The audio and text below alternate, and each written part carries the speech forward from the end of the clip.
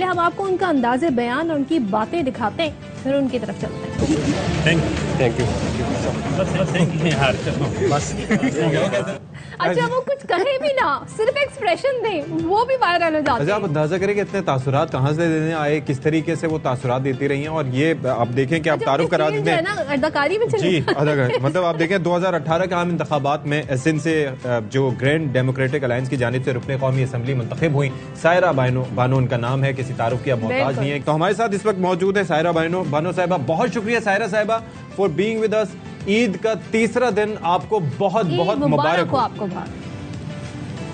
आपको भी ईद मुबारक। और आपने वो कह रहे हैं कि बहुत मुबालगा आराई से काम ले लिया। लेकिन आपके तासुरात को बयान करना, मैं यकीन करें कि आई वाज मतलब लिटरली थिंकिंग कि ये कैसे कितनी आसानी से कोई क्वेश्चन इतनी जल्दी कोई पुट करे और आगे से आपने जिस तरह एक्सप्रेशंस दिए, कमाल। तो ये आप जो तकरीर करती हैं, ये फिल बदी होती है, लिख कर लाती हैं, सोचती हैं, या बस उसी वक्त आमद होती है? क्या जरा हमें ये राज तो बता दें आज। नहीं जी, मैं अक्सर ही मैं अपनी स्पीच में भी कह चुकी हूँ कि लिखा हुआ मैं नहीं पढ़ती, क्योंकि वो लिखा हुआ बस एक रीडिंग होती है, एक अनाउंसमेंट होती है। बात वही है कि जो वो दिल से निकले और असर करे। कोशिश मेरी यही होती है कि वो कहते हैं कि अवामी मसाइल अवामी अंदाज में ही उसको बताया जाए। घर में अगर किसी टॉपिक पे बहस हो जाए तो सायरा साहिबा तो फिर तो जीतती तो आप ही होंगी। आप तो लाजवाब कर देती हैं, घर वाले भी लाजवाब हो जाते होंगे। अल्हम्दुलिल्लाह अभी तक सारी जीत मेरे हिस्से में ही है। जबरदस्त। तो ईद के इसमें मेरे जो उस्ताद हैं वो मुश्ताक यूसुफी हैं, मुमताज मुफ्ती हैं, मंटो है, और जो सियासत की सारी वो चीज़ें हैं, वो जो पीर साहब पगारा की, मतलब उनसे मुलाकात का शर्फ भी हासिल रहा है और बहुत उनकी शफकत और मोहब्बत रही है। अच्छा, वैसे आपने जिस तरह से अपनी तरबियत का बताया ना, और ख़ास तौर पर जो ताल्लुक का, तो ये सियासत में आना लिखा था या ये हादसाती तौर पर आपकी आमद हुई सियासत में? ये हादसाती तौर पर ही हुई है। मतलब यानी कि पूरी फैमिली का मतलब जो बैकग्राउंड है वो तो मेरे इन लॉज का सारा सियासी ही है, और पीर साहब के साथ वैसे भी, लेकिन ये जो मेरा आना था कि वो हादसाती ही था। और ये कि उनको शायद इन गुनों का पता था, लेकिन वो बस एक वक्त लिखा हुआ होता है कि जिस वक्त आपके कदम जाने होते हैं, तो शायद मतलब बस ऐसे ही हुआ। तो वैसे हम तो ज़ाहिर टीवी पे देख लेते हैं, लेकिन आप तो वहाँ महसूस करती हैं जब आप खासतौर पे फ्लोर पे जब आप स्पीच कर रही होती हैं, जो ट्रेजरी बेंचेस हैं सायरा साहिबा, वहाँ पे क्या सन्नाटा तो छाया हुआ होता है कि रिएक्शन एक्सप्रेशन क्या होते हैं बाद में आपकी स्पीच के बाद? मैं सच बताऊं, जो मैं इसमें पाकिस्तान मुस्लिम नून का जिक्र ज़रूर करूंगी कि वहाँ से बहुत सारे लोग हैं वो जो लॉबी में आके मुझे थम्स अप करते हैं। अच्छा, जबरदस्त, ब्रेकिंग न्यूज़, बहुत अच्छा बोला और हंसते भी हैं। अच्छा, कि पता नहीं हमें क्या कह दिया, और हमें बहुत देर बाद समझ आई कि ये तो हमें कह दिया।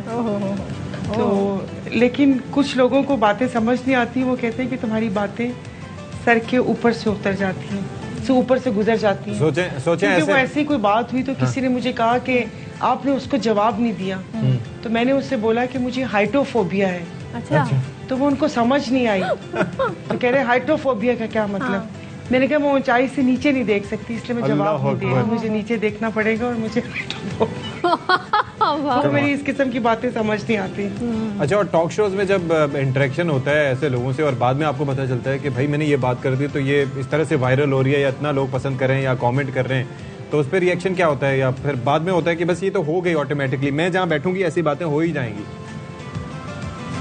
हाँ, नहीं मतलब बिल्कुल जहन में नहीं होता कि अगर मैं कोई ऐसी बात करूंगी तो वो वायरल हो जाएगी, लेकिन बस ये कि हो जाती हूँ बाज़ दफ़ा। अभी लास्ट 1-2 प्रोग्राम में कुछ जो लोग कहते हैं कि ऐसे नहीं कहना चाहिए था, लेकिन बस ठीक है, वो क्या कह रहे हैं, मुंह से निकली बात और कमान से निकला हुआ तीर तो वापस नहीं आता। बाकी कोई ख़वातीन हों जिन्होंने आप पे कहा हो कि तनकीद के आप तो आसरा ही नहीं करती हैं? और अल्हम्दुलिल्लाह मतलब कोई नहीं वो करता, सबके साथ दोस्ती है। जो सिंध से आती हैं वो ज़ाहिर है वो सफ़र की साथी हैं, तो अच्छा मतलब एक रिलेशन है। मतलब मुझे ऐसा कभी किसी ने कुछ नहीं कहा। हालांकि मैं बाज़ दफ़ा बहुत कभी कुछ सख्त बात हो जाती है, कुछ हो जाता है, लेकिन ऐसा कुछ नहीं हुआ। चलिए, तो आपने बड़ी अच्छी बात। अच्छा ये बताएं, ज़ाहिर है ईद है, लोगों वो के लिए थोड़ा सा हंस के क्या? इनके सख्त से सख्त बात भी अगर थोड़ा सा आप मिठास में करके बोल दें तो उसकी थोड़ी सी तकलीफ कम स्पेशली होती है अगले से। ये ऐसा ट्रैफिक गाड़ी चलाते हुए होता है कि आप जो मर्जी कहना हो, लेकिन तासुरात अपने मुस्कुराते हुए रखें तो अगले को कख नहीं पता चलता कि क्या कह रहे हैं आप।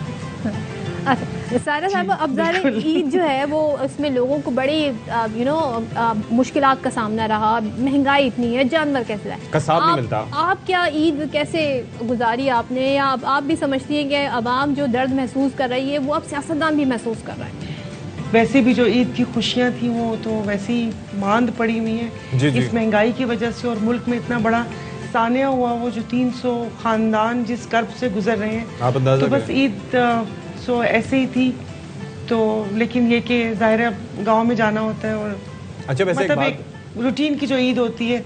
अब तो आप फुल फ्लैश पॉलिटिशियन हैं, लेकिन उससे हटके क्या खाने पकाने का या इस तरह का शौक रखती हैं, और अगर रखती हैं तो फिर कितनी मसरूफियत होती है ईद के अयाम में आपकी? खाना मैं बनाती हूँ, मुझे शौक है खाना बनाने का, मतलब अच्छी कोई चीज़ बना के और खिलाने का।